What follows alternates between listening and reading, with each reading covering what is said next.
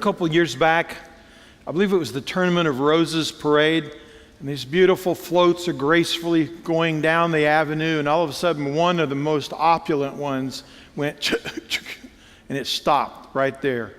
TV cameras zoomed in. The guys got out and they lifted up something that looked like a hood, and they were under there and they were trying to get it started, but they couldn't, and it was embarrassing.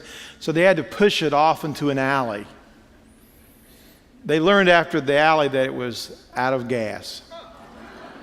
What made it worse, it was the float for the Standard Oil Company.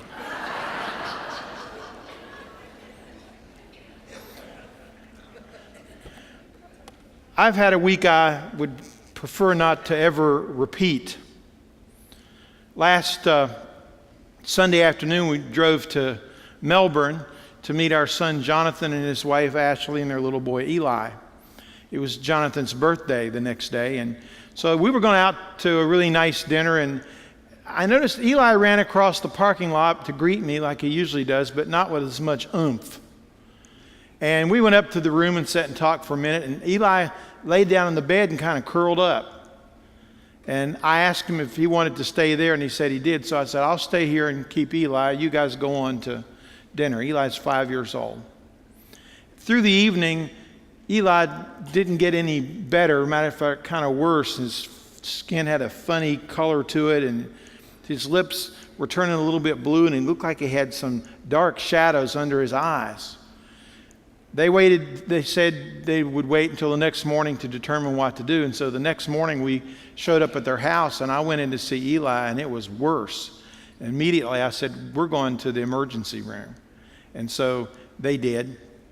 After about 3 hours, there was a diagnosis, and the diagnosis was type 1 diabetes.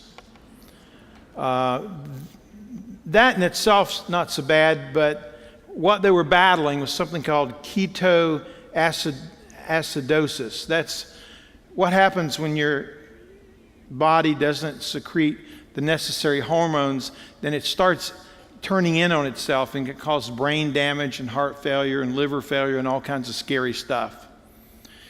As soon as we found out about it, we drove back to Melbourne and went upstairs and met the doctor, and I noticed that he was staying at the back of the room and he wasn't leaving. We'd been there 30 minutes. And I asked him if he had a family to go home to or whatever. And I was not trying to be smart. I was just thinking, wow. And he said no, he was going to stay around for a little while longer until things took a turn. And he said it's going to be touch and go for 24 hours. And I said, touch and go? And he said, well, 1 out of 100 people die from this.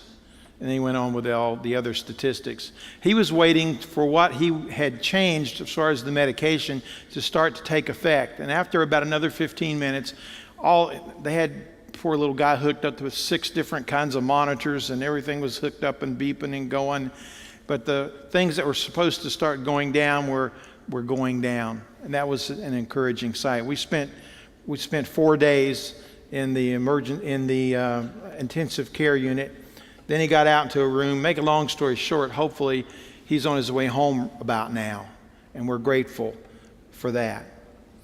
One of the things that emerged from this is a phrase, eat and walk, because I kept telling Eli, that's what the doctor says you have to do to get out of here.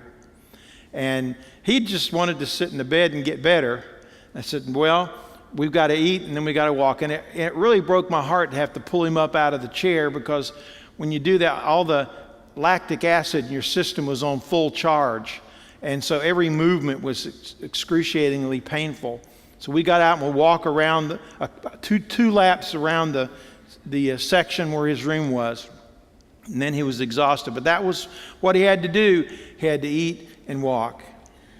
Well, our scripture this morning comes from Philippians chapter 3 and verse 10. It goes this way: I want to know Christ and the power of his resurrection. What we're going to focus in on is, we all believe that God is all powerful. About all of us, we would say that he is, and that's not the problem. The problem is, how do we reach his power? How do we tap into his power? How do we apply his power to our lives? And here's a phrase I'd like for you to look at with me. It's called power along the way. For I believe that's the way God most connects with us. We'd rather sit in our chair or sit at home and have God work things out for us, where He wants us to start the process. Now we're going to take a tour and go 4 places this morning and look at how this power along the way principle really applies. So if you're ready, we're going to take a trip, and let's start with Moses in ancient Egypt. The scripture is Exodus 14 and verse 15. Many of you know the story from childhood. God's people are slaves in Egypt. And now God sends Moses down to tell Pharaoh, let my people go. And Pharaoh does not. He time after time refuses, until finally the angel of death comes over Egypt, and the firstborn of all the family, including Pharaoh's own child, dies. And Moses goes to Pharaoh one more time, and Pharaoh says, take your people and get out of here. And so they make the break, and they start their way across the desert. And then they come to the Red Sea, and they don't know what they're going to do. It appears to be uncrossable. And Moses says, it's okay, I've already talked to God, and everything's going to be all right. Well, make the situation worse, the Egyptians found out that this wasn't such a good idea, because they were giving up all this free slave labor. And so Pharaoh and his armies took out after them. So they had the Red Sea in front of them and Pharaoh's destruction and armies behind them. What were they going to do? And so they cry out to God. So the scripture is Exodus 14. I'm going to read verses 15 and 16. Then the Lord said to Moses, why are you crying out to me? Tell the Israelites to move on. Raise your staff and stretch out your hand over the sea to divide the water, so that the Israelites can go through the sea on dry land. Notice the words there. Move on. Raise your staff. Stretch out your hand. And then there's a so that. That's a phrase that means the result of that is going to be this. They're going to be able to cross over on dry land. Keep walking. Keep trusting. And God's going to meet you there, because there's power along the way.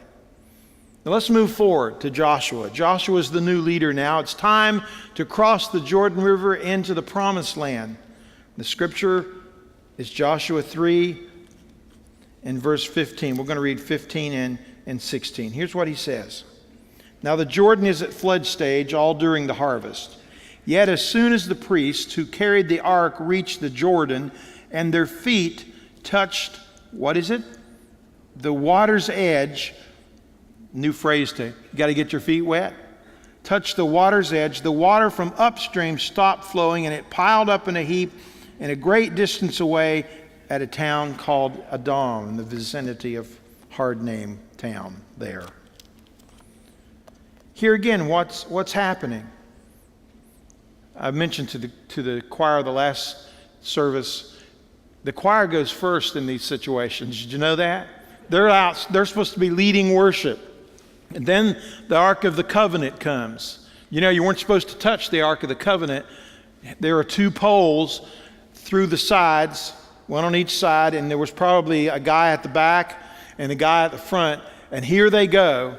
And the choir is leading praise and worship to God, and they're getting closer and closer to the Jordan River. Normally, the Jordan River, you could take off your shoes and just walk across it. It's not very big or very impressive. But now it's at flood stage, and it's no easy thing. But here they go. And I think you'd like to say, excuse me, but I've got a rock in my shoe. I have to move over here and let the rest of you go by. Can't do that. So across they go into the water, and then, not until their feet are wet, does God meet them with power along the way. So Egypt and the Jordan River. Let's go to the New Testament. It's the first miracle of Jesus at Cana in Galilee. The scripture is John 2 and verse 8.